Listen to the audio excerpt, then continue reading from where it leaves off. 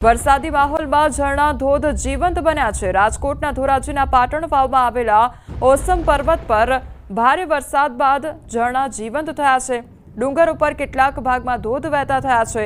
ચારે બાજુ લીલી હરિયાળી વચ્ચે ધોધ જીવંત બનતા જાણે પ્રકૃતિ સોળે કળાએ ખીલી ઉઠી હોય તેવા દ્રશ્યો ઊભા થયા છે। ઓસમ પર્વત ઉપર રહેલા ટપકેશ્વરમાં આવેલા ધોધનો અદ્ભુત નજારો જોવા મળ્યો છે। પર્વત નીચે આવેલા ધોબીપાટનો ધોધ વહેતો થતા પર્યટકો ધોધનો આનંદ માણી રહ્યા છે। કુદરતી સૌંદર્યથી ભરપૂર ડાંગ જિલ્લામાં ચોમાસાની ઋતુમાં પ્રકૃતિ સોળે કળાએ ખીલી ઉઠી છે, જેને માણવા પ્રવાસીઓ આતુરતાથી રાહ જોતા હોય છે। ખાસ કરીને શનિ રવિવારે વીકેન્ડ માણવા પ્રવાસીઓ અહીં આવતા હોય છે। તેમાં પણ ગિરમાળ ધોધ પ્રવાસીઓની પહેલી પસંદ બની રહ્યું છે। ચોમાસાની રાહ જોઈ બેઠેલા પ્રકૃતિ પ્રેમી પ્રવાસીઓ વરસાદના આગમન બાદ લીલીછમ વનરાજીથી ઘેરાયેલા ગીરા નદી પર આવેલા ગિરમાળ ધોધનો નજારો માણવા ઉમટી પડતા હોય છે। અંદાજે 100 મીટરની ઊંચાઈથી પડતો ગિરમાળ ધોધ પ્રવાસીઓને યાદગાર સંભાળણું બની રહ્યું છે। અહીંયાનું વાતાવરણ બી ખૂબ જ સરસ છે। ધીમો ધીમો વરસાદ આવે, ધોધ બી મસ્ત જોઈને આનંદ આવી જાય। અહીંયા નજીકમાં બી ઘણા બધા પ્રાકૃતિક સ્થળો છે જોવા માટે, જેમ કે યુટર્ન છે, જેમાં નદી આમ આખો યુટર્ન લે છે એવું દેખાય। પછી શબરીધામ છે, પછી તમે સાપુતારા જાઓ ત્યાં બી ખૂબ જ સરસ વાતાવરણ છે। વડોદરા શહેરમાં મેઘરાજાની ધમાકેદાર બેટિંગ જોવા મળી રહી છે। લાંબા સમયના વિરામ બાદ મેઘરાજા મન મૂકીને વરસ્યા છે। ભારે પવન સાથે તોફાની વરસાદ વરસતા લોકો અટવાઈ ગયા છે, તો શહેરના જુદા જુદા વિસ્તારમાં વરસાદી ઝાપટા અનુભવાયા છે। લાંબા સમય બાદ વરસાદ વરસતા અસહ્ય ગરમી અને ઉકળાટથી રાહત પ્રાપ્ત થઈ છે। લાંબા સમયના વિરામ બાદ ફરી એક વખત વડોદરા શહેરમાં મેઘરાજાએ પોતાની ધમાકેદાર બેટિંગ જે છે તે શરૂ કરી છે। દ્રશ્યો તમે જે જોઈ રહ્યા છો તે સયાજીગંજ વિસ્તારના દ્રશ્યો છે અને જોઈ શકાય છે કે ધોધમાર વરસાદ જે છે તે વરસી રહ્યો છે અને ભારે પવન જે છે તે ફૂંકાઈ રહ્યો છે। નાગરિકો પણ જોઈ શકાય છે કે ભારે વરસાદ અચાનક શરૂ થઈ જવાના કારણે કેટલાક નાગરિકો પણ અટવાઈ ગયા છે અને રસ્તા પર પરિસ્થિતિ જોઈ શકાય છે કે મેઘરાજા કઈ હદે પોતાની તોફાની બેટિંગ જે છે તે કરી રહ્યા છે। વડોદરાની વાત કરીએ તો અત્યારે વડોદરા શહેરમાં સાર્વત્રિક રીતે તોફાની વરસાદ જે છે તે વરસી રહ્યો છે અને જો જિલ્લાની વાત કરવામાં આવે તો વડોદરા શહેરના ગ્રામ્ય વિસ્તારમાં પણ આ જ રીતનો વરસાદી માહોલ જે છે તે જોવા મળી રહ્યો છે। ઉલ્લેખનીય બાબત છે કે જ્યારે વડોદરા શહેરમાં વરસાદ વરસે છે ત્યારે નાગરિકોને પૂરની પરિસ્થિતિનો ડર સતાવે છે। ત્યારે આ જે વરસાદ છે એ જોતા લાગે છે કે વરસાદ વરસતાની સાથે જ વડોદરા શહેરના કેટલાક નીચાણવાળા વિસ્તારમાં પાણી ભરાવાની સમસ્યા ચોક્કસથી સર્જાશે। ત્યારે ટૂંકમાં કહીએ તો છેલ્લા 3-4 દિવસથી વડોદરા શહેરમાં અસહ્ય તડકો અને ઉકળાટ હતો। હાલ વરસાદ વરસતા વડોદરાવાસીઓને અસહ્ય ગરમી અને બફારાથી મહદઅંશે રાહત મળી છે। હાર્દિક દીક્ષિત, ન્યૂઝ 18 ગુજરાતી, વડોદરા। વડોદરાની વધુ એક સ્કૂલને બોમ્બથી ઉડાવી દેવાની ધમકી મળી છે। હરિનગર ખાતે આવેલ ડીઆર અમીન સ્કૂલને બોમ્બથી ઉડાવવાની ધમકી મળી છે। ધમકીના પગલે સ્કૂલમાંથી વિદ્યાર્થીઓને છોડી મૂકવામાં આવ્યા છે।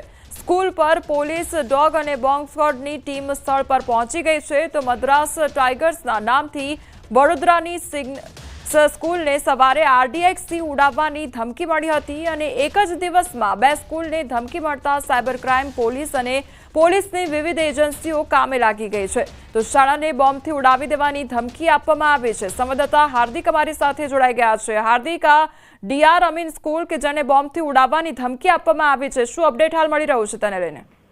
બિલકુલથી જો વડોદરા શહેરની વાત કરીએ તો આ ધમકી ભર્યા મેલના કારણે જે વાલીઓ છે, શાળા સંચાલકો છે, તેમના ચોક્કસથી ધબકારા વધી રહ્યા છે। પરંતુ આ મેલ જે છે વડોદરા શહેર પોલીસ માટે ચિંતાનો વિષય બન્યા છે, કારણ કે થોડાક કલાકોના અંતર વચ્ચે જ સતત બીજી સ્કૂલને આ રીતે ભરો મેલ જે છે તે મળ્યો છે।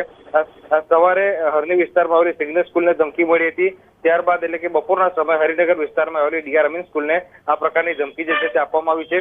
સવારની ઘટનાની વાત કરવામાં આવે તો મદ્રાસ ટાઇગર્સ નામથી વડોદરાની સિગ્નલ સ્કૂલને RDXથી ઉડાવી દેવાની ધમકી મળી હતી। ત્યારે અત્યારે જે ડીઆર અમીન સ્કૂલ છે ત્યાં પોલીસની ટીમ પહોંચી છે અને અત્યારે બોમ્બ સ્ક્વોડ, ડોગ સ્ક્વોડ દ્વારા સઘન ચેકિંગ જે છે તે હાથ ધરવામાં આવ્યું છે। ઉલ્લેખનીય બાબત છે કે એક જ દિવસમાં 2 જેટલી સ્કૂલને ધમકી મળતા સાયબર ક્રાઇમ જે છે તે હવે ધંધે લાગી છે અને અજયનો હાર્દિક, સમગ્ર માહિતી બદલ આપનો આભાર। ખેડા શહેરમાં લાગી છે ભીષણ આગ અને ખેડા અંબિકા કોમ્પ્લેક્સની સામે રાઈસ મિલમાં પ્લાસ્ટિકના ગોડાઉનમાં આગ લાગવાની ઘટના બની છે તો પ્લાસ્ટિક ભરીને આવેલી આઈશર પણ આગની ઝપેટમાં આવી ગઈ છે। ગોડાઉન પાછળ આવેલા ઝૂંપડાઓ અને એક દુકાન આગની ઝપેટમાં આવ્યા છે તો આગ લાગતા 2 કિલોમીટર સુધી ધુમાડાના ગોટે ગોટા નજરે પડ્યા હતા। અચાનક લાગેલી આગના કારણે બજારવાળો જે વિસ્તાર હતો અને તેના કારણે ત્યાં આગળ લોકો પણ હાજર હતા અને લોકો પણ ભયભીત થઈ ગયા હતા। નડિયાદ ફાયર બ્રિગેડની ટીમ આવવા માટે રવાના થઈ અને ત્યારબાદ ધોળકા અને અમદાવાદના અસલાલીથી ફાયર વિભાગની ગાડીઓ પણ બોલાવવામાં આવી છે। ફાયર ફાઇટરો દ્વારા આગ પર કાબુ મેળવવા પ્રયાસ હાથ ધરવામાં આવ્યો છે।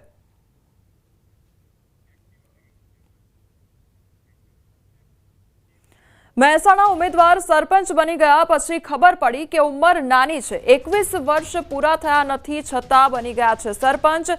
મહેસાણાના ગિલોસણ ગામના સરપંચની ચૂંટણીનો મુદ્દો સામે આવ્યો છે અને અફરોજ પરમારની ઉંમર 21 વર્ષ નથી એ તંત્રને હવે ખબર પડી તો ઉમેદવારે ઉમેદવારી ફોર્મમાં 21 વર્ષ બતાવ્યા હતા।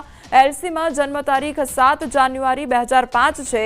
આધાર કાર્ડ અને ચૂંટણી કાર્ડમાં જન્મ તારીખ 8 ડિસેમ્બર 2004 છે। બંને જન્મ તારીખમાંથી એકેમાં 21 વર્ષ પૂરા નથી થતા। સમગ્ર મામલે મહેસાણા ટીડીઓએ તપાસ અહેવાલ પ્રાંતને સોંપ્યો છે તો અહેવાલમાં 2 અધિકારીઓની ભૂલ સામે આવી છે અને તત્કાલીન ચૂંટણી અધિકારી અને વિસ્તરણ અધિકારી નયન પ્રજાપતિ તેમજ મદદનીશ ચૂંટણી અધિકારી જિગ્નેશ સોલંકીની ભૂલ સામે આવી છે। નિયમ મુજબ સરપંચની ચૂંટણી લડવા 21 વર્ષ પૂરા જોઈએ અને ગિલોસણના સરપંચની 21 વર્ષ ઉંમર પૂરી થવામાં 6 થી 7 મહિના બાકી છે તો 21 વર્ષ પૂરા થયા નહીં અને તેની વિગતો ફોર્મમાં છુપાવાઈ તો સમગ્ર મામલે ચૂંટાયેલ સરપંચ વિરુદ્ધ કાર્યવાહી થઈ શકે છે। ફોર્મમાં ખોટી વિગતો આપવામાં આવી હતી। મેન બેઝિક ભૂલ ચૂંટણી અધિકારી જે તે વખતે નયન કુમાર પ્રજાપતિ કરીને છે અને અત્યારે અમારે ત્યાં વિસ્તરણ અધિકારી તરીકે ફરજ બજાવે છે તાલુકા મહેસાણા ખાતે અને મદદની ચૂંટણી અધિકારી તરીકે જિગ્નેશ કુમાર સોલંકી છે એ અત્યારે જુનિયર ક્લાર્ક તરીકે ફરજ બજાવે છે અમારે ત્યાં। એટલે જે તે વખતે એમને એ બંનેની ભૂલના કારણે પ્રાથમિક દ્રષ્ટિએ જણાઈ આવે છે કે એમને એ બંનેની ભૂલના કારણે આવો પ્રશ્ન બન્યો છે। પહેલાં તો આ જે માહિતી છે જે એમને આપેલી ફોર્મની અંદર 21 વર્ષ એ ખોટી આપેલી છે એવું પ્રાથમિક દ્રષ્ટિએ જણાય છે જે એનો વિગતવાર અભ્યાસ કરી રહ્યો છે। સાહેબ એની સામે ક્રિમિનલ પ્રોસિજરની કઈ કલમ અંતર્ગત કાર્યવાહી થઈ શકે? એ પ્રોસિજર અંતર્ગત જવું કે કેમ આ બોનાફાઇડ મિસ્ટેક છે કે ઇન્ટેન્શનલી મિસ્ટેક છે એક પહેલાં જોવાનું રહેશે આની અંદર। મહેસાણા જિલ્લાનું એક એવું ગામ કે જેમાં ગામના સરપંચ બની ગયા પછી ખબર પડી કે ગામના જે સરપંચ બન્યા છે તેમની ઉંમર નાની છે। મહેસાણાના ગિલોસણ ગામે ન્યૂઝ 18 ગુજરાતીની ટીમ પહોંચી છે કે જ્યાં થોડા દિવસ પહેલાં જ સરપંચની અને સભ્યોની ચૂંટણી યોજવામાં આવી હતી। સરપંચ પણ બની ગયા પછી ખબર પડી કે આ જે સરપંચ બન્યા છે તેમની ઉંમર 21 વર્ષ પણ થઈ નથી। અફરોજ પરમાર નામની જે 21 વર્ષની દીકરી છે તે સરપંચ બન્યા હતા। તંત્રને પછી ખબર પડી કે આ જે દીકરી છે તેના 21 વર્ષ થયા નથી। ઉમેદવારે ઉમેદવારી ફોર્મમાં 21 વર્ષ બતાવ્યા હતા પરંતુ એલસીમાં જન્મ તારીખ 7 જાન્યુઆરી 2005 છે જ્યારે આધાર કાર્ડ અને ચૂંટણી કાર્ડમાં જન્મ તારીખ 8 ડિસેમ્બર 2004 છે। બંને જન્મ તારીખમાંથી એકેમાં 21 વર્ષ પૂરા થતા નથી। સમગ્ર મામલે હાલમાં તાલુકા વિકાસ અધિકારી દ્વારા તપાસનો અહેવાલ પ્રાંત અધિકારીને સોંપવામાં આવે છે। અહેવાલમાં 2 અધિકારીઓની ભૂલ પણ સામે આવી છે તો બીજી બાજુ હાલમાં જે પ્રાંત અધિકારી હોય છે તેમના દ્વારા પણ જે તપાસ હોય છે તે તપાસ શરૂ કરવામાં આવી છે। આગામી દિવસોમાં જ્યારે આ તપાસનો અહેવાલ પ્રાંત અધિકારી રજૂ કરશે ત્યારબાદ જે કાર્યવાહી હોય છે તે કાર્યવાહી થઈ શકે છે। જે ચૂંટણી અધિકારીઓ હતા તેમજ જે સરપંચ બન્યા છે તેમની સામે આગામી દિવસોમાં કાર્યવાહી ચોક્કસથી થઈ શકે છે। કેતન પટેલ, ન્યૂઝ 18 ગુજરાતી, મહેસાણા। મનરેગા કૌભાંડ મામલે મનસુખ વસાવાનો ધડાકો સામે આવ્યો છે। વિપક્ષની સાથે સત્તા પક્ષ પર વસાવાના આરોપ સામે આવ્યા છે। તમામ પક્ષોના નેતાઓ કૌભાંડમાં સામેલ અને સાંસદ મનસુખ વસાવાના મનરેગા કૌભાંડના નિવેદન બાદ ચૈતર વસાવાની પ્રતિક્રિયા સામે આવી છે। ચૈતર વસાવાએ કહ્યું કે આજે સાંસદ જાતે જ કહે છે કે ઉપર સુધી હપ્તા પહોંચે છે। આ કહેવા બદલ સાંસદને અભિનંદન પણ પાઠવ્યું છે।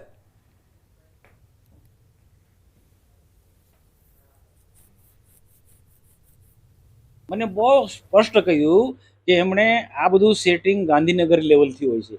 ગાંધીનગરમાં બેઠેલા ગ્રામ વિકાસ વિભાગના